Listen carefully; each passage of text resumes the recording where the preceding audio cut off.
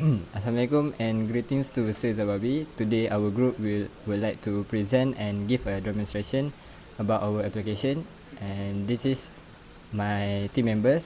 It consists of IMAN, MYSARAH, SYARIFUDDIN, MUKHRIZ, which is me, and the last one is NOORSUHANA.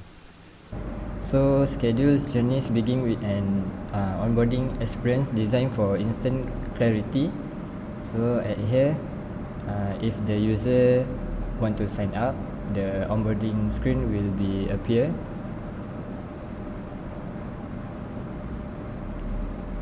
So our onboarding screen have a Gestalt principle, which is law of continuity for smooth horizontal transition and minimalism.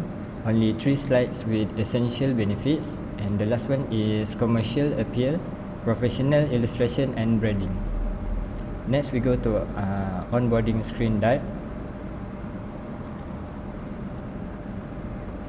So at here I'm using page view with view fraction for my onboarding screen page. And next for the transform translate, this is for the parallax effect. And the last one is conditional rendering of the sign up CTA. This is when the user click on the sign up button and it will navigate to the sign up page. So next I will demonstrate on sign up application.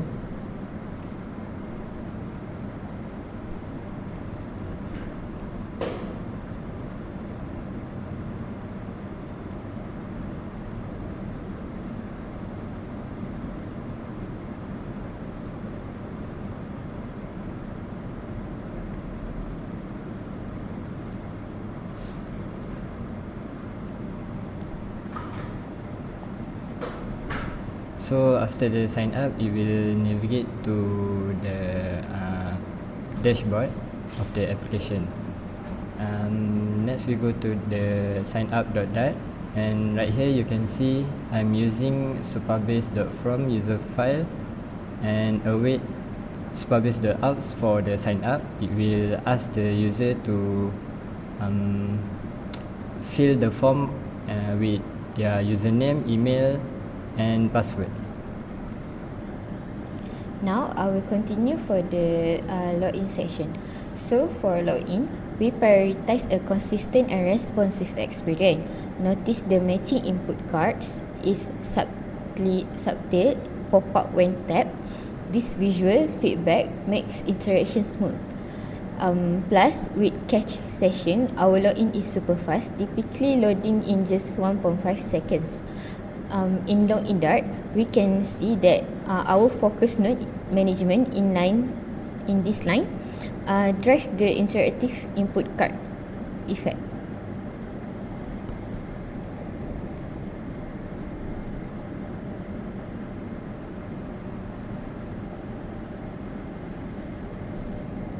Now we'll see the dashboard of the app. Moving to the dashboard, it's designed for efficiency. Our priority and navigation use the main floating action button for quick access to primary action. So we focus on the thumb zone for critical info, making it easy to reach. And for clear feedback, a simple pull to refresh show loading indicator confirming the data update. So here also in the home page dart, we can see a concurrent data fetching loads schedule and tasks at the same time for speed. So the animated floating action button provide a smooth and engaging way to access more options. Finally, on the dashboard, our navigation drawer, it's offer a consistency appearing the same across all screens. So this is for completeness. Every major features is just in one tap away, ensuring all app functionalities are easily accessible. At the home screen of our app, we can see that there is a floating action button that will show 3 sub floating action button once clicked. This floating action button is the navigation powerhouse of our app. This is the code for the sub floating action button that.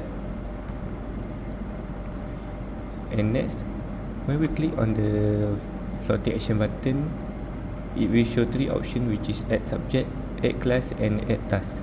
When we click on the add task button, add subject button, it will show all the subjects that have been added, and from this page we can add or delete any subject. So for example, I want to add new subject, which is CSC660. The title is mobile computing, and click on add subject, and the subject have been added successfully in our app. Now we can also click on the delete button to remove the subject from the app. Next, we also have add class button. When we click on the add class button, it will show the add class screen that have class information input, location details, schedule and time, and display and reminders. So I will demonstrate the add class flow. When we click on the subject, it will show all the subject that have been added to the system. For example, I will choose the calculus checklist 1, and class type is lecture, and we can also put down the name of the lecturer.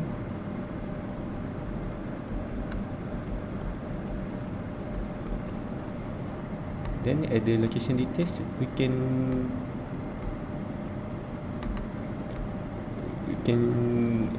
input the building and the room. For example, the building is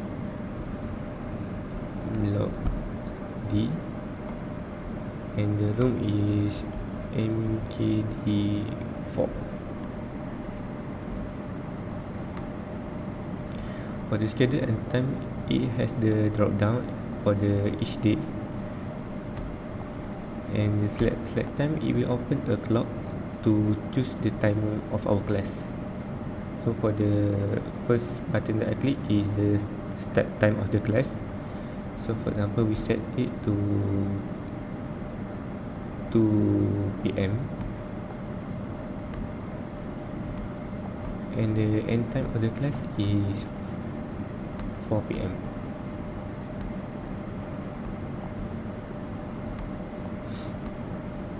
We can also choose the display color of the class, and we can also turn on or off the reminder. We click on a class, and the class is added successfully.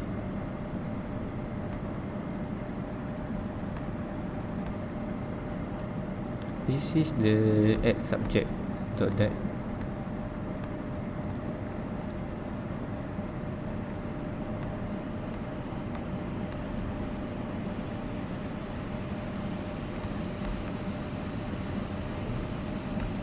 And this is the week schedule that.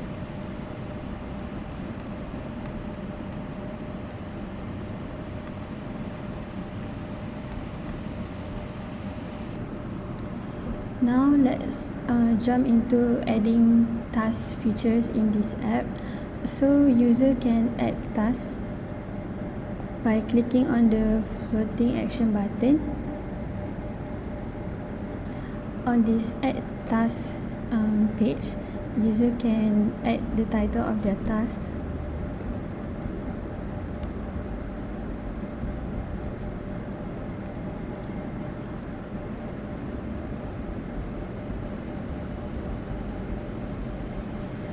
Then they can choose the subject that is specific to the task.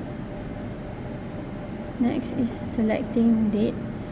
In this selecting date, user cannot select date before the current date.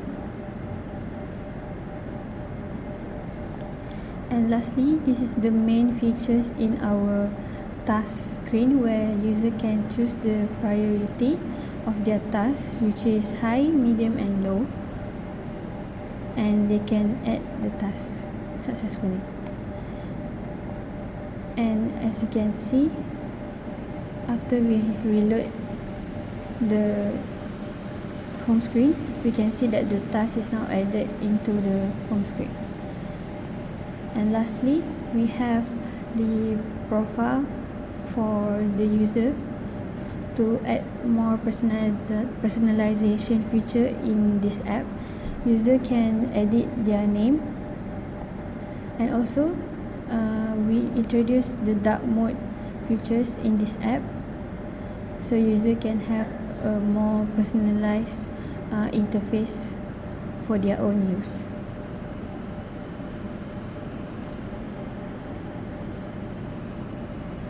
With these features, our app delivers both functionality and flexibility for user to manage their tasks and personalization smooth and user-friendly. That is all from us. Thank you for listening to our presentation.